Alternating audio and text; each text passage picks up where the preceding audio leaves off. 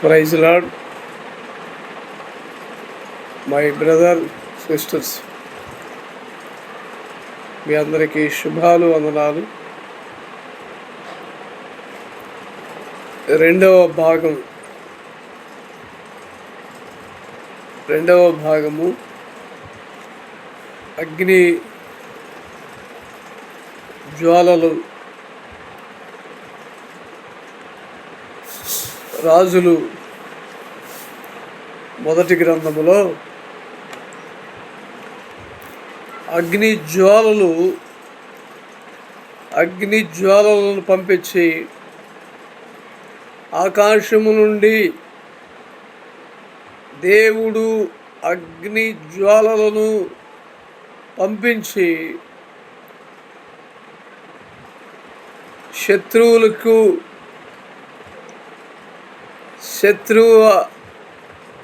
శత్రువులైనటువంటి వారికి సవాలుగా నిలిచినాడు ఏలియా. రాజులు మొదటి గ్రంథములో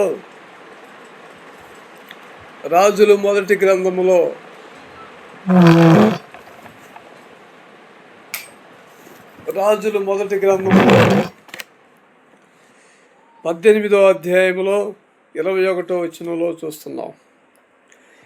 ఏలియా జనులందరి దగ్గరకు వచ్చి ఎన్నాళ్ళ మట్టుకు మీరు రెండు తలంపుల మధ్య తడబడుచుందురు?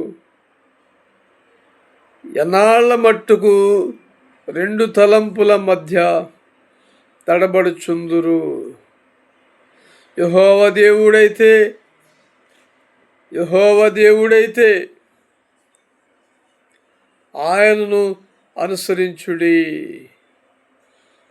బయలుదేవుడైతే వానిని అనుసరించుడని ప్రకటన చేయగా జనులు అతనికి ప్రత్యుత్తరముగా ఒక్క మాటైనను పలుకకపోయిరి. కాబట్టి ఏలియా దినాలలో దేవుని బిడ్డలారా మనం చూస్తుంటే, ఏలియా యొక్క దినాలలో దేవుడు అగ్నిని పంపించి అక్కడ ఉన్నటువంటి ఆ దహన బలి పశు మాంసాన్ని దహింపజేసాడన్నమాట. అక్కడ ఉన్నటువంటి బయలు దేవతలకు సవాలుగా నిలిచినాడు దైవజనుడైన ఏలియా. కాబట్టి ఈ యొక్క అగ్ని జ్వాలలు అనేటువంటి రెండవ భాగములో మనం చూస్తున్నాం అన్నమాట. అలాగే రాజులు రెండవ పాయింట్, రాజులు మొదటి గ్రంథము 19వ అధ్యాయములో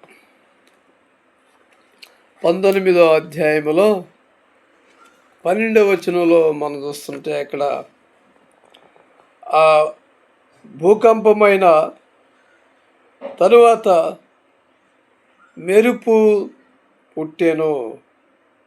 కానీ ఆ భూకంపమైన తరువాత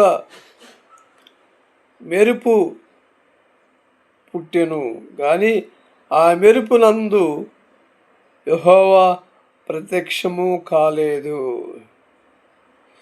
మెరుపు ఆగిపోగా మిక్కిలి నిమ్మళముగా మాట్లాడు ఒక స్వరము వినబడెను. కాబట్టి మెరుపులో నుండి దేవుడు ఆయన స్వరము, ఆయన మాట్లాడేటువంటి దేవుడు అన్నమాట. మెరుపు అగ్ని వెలుగులో నుండి, మెరుపులో నుండి ఆయన మాట్లాడేటువంటి దేవుడు అన్నమాట. అలాగనే ఈ రెండవ భాగంలో 3వ పాయింట్ మనం చూస్తున్నాం. 3వ పాయింట్ను మనం చూస్తుంటే దైవ గ్రంథంలో నుండి మనం చూస్తున్నాం.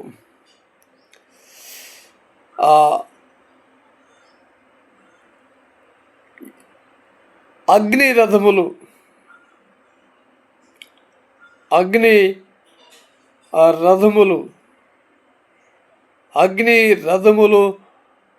గుర్రములు, అగ్ని గుర్రాలపై ఏలియా సుడిగాలి చేత ఆకాశమునకు మహిమలోనికి ఆయన ఆరోహణుడై వెళ్ళిపోయినాడు అన్నమాట. రాజులు 2వ గ్రంథములో 11వ వచనంలో మనం చూస్తున్నాం. అగ్ని గుర్రములపై ఏలియా సుడిగాలి చేత ఆయన ఆకాశమునకు మహిమలోనికి ఆరోహణుడై వెళ్ళిపోయిన సందర్భాన్ని మనం చూస్తున్నాం. కాబట్టి దేవుని బిడ్డలారా మనం చూస్తుంటే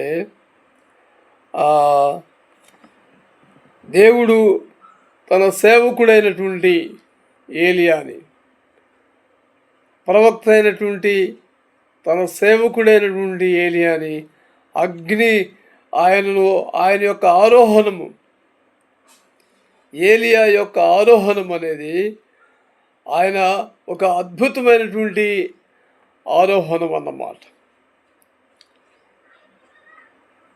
కాబట్టి అక్కడ గ్రంథంలో అగ్ని రథాలను పంపించాడు. అగ్నితో కూడినటువంటి రథములు, అగ్ని గుర్రములపై ఏలియాని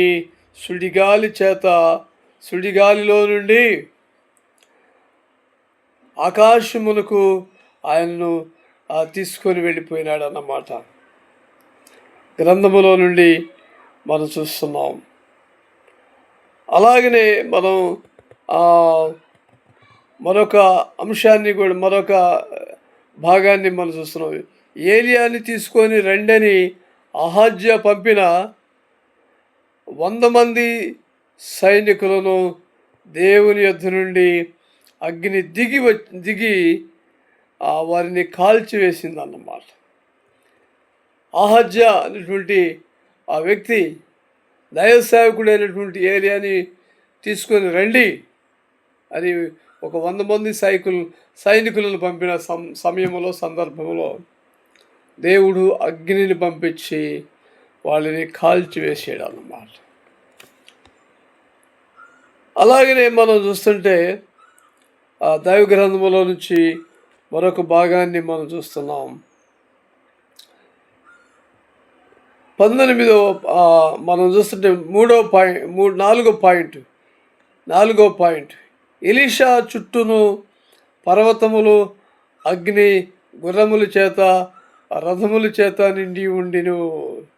శత్రువులు వచ్చినటువంటి సమయంలో, శత్రువులైనటువంటి సైనికులు, రాజులు వచ్చినటువంటి ఒక సందర్భంలో ఏలియా తన సేవకుడైనటువంటి తన యొక్క పనివాడు అక్కడ భయముతో ఉన్నాడు.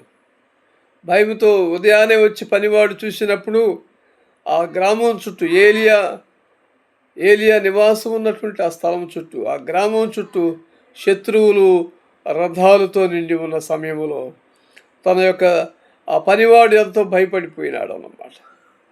అయితే ఏలియా ఒక చిన్న ప్రార్థన చేశాడు అన్నమాట.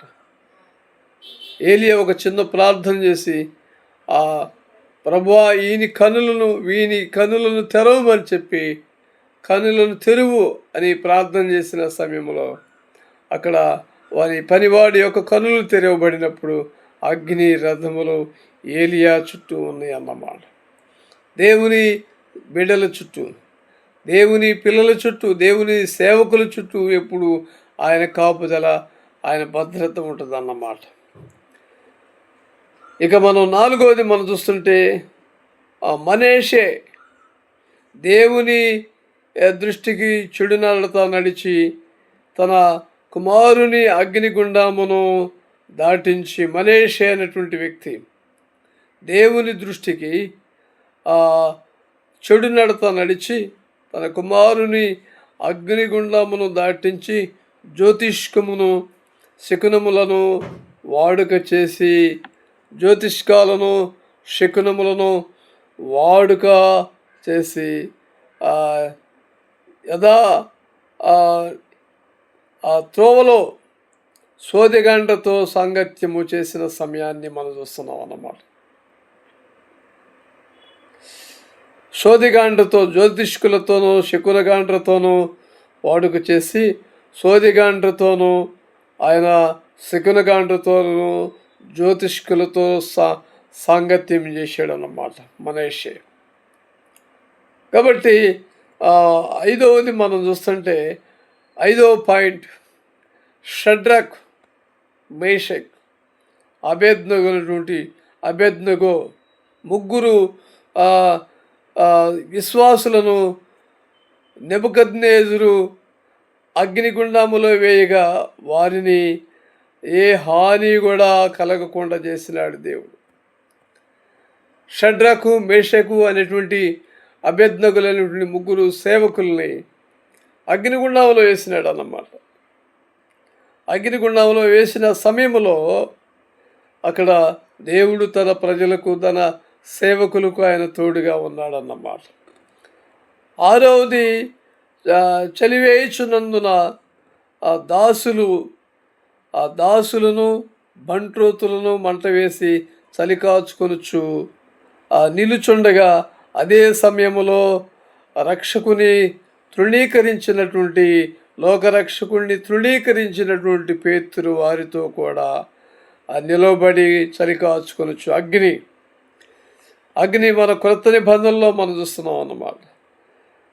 క్రొత్త నిబంధనలో యేసుక్రీస్తు వారు ప్రభుని పట్టుకున్నటువంటి సందర్భంలో పేతురు అక్కడ పారిపోయినటువంటి సమయాన్ని అక్కడ సైనికులు బంట్రోతులు అందరూ కూడా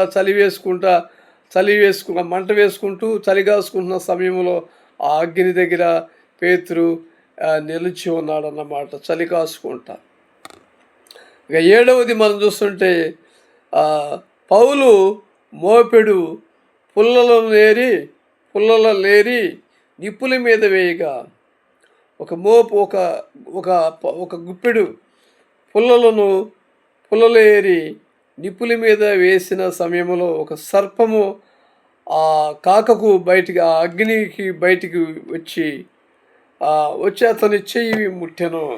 అయితే అతనికి ఏ హాని కూడా జరగలేదు అన్నమాట. అపోస్తల కార్యాల గ్రంథములో 28వ అధ్యాయంలో 3 నుండి 6 వరకు మనం చూస్తున్నాం. కాబట్టి దేవుడు తన సేవకులను ఆయన కాపాడినటువంటి విధానాన్ని పౌలును కాపాడినాడు దేవుడు. ఆ యొక్క సర్పము పౌలు చేతిని కాటు వేసిన సందర్భంలో కూడా దేవుడు తన సేవకుడిని కాపాడినాడు అన్నమాట.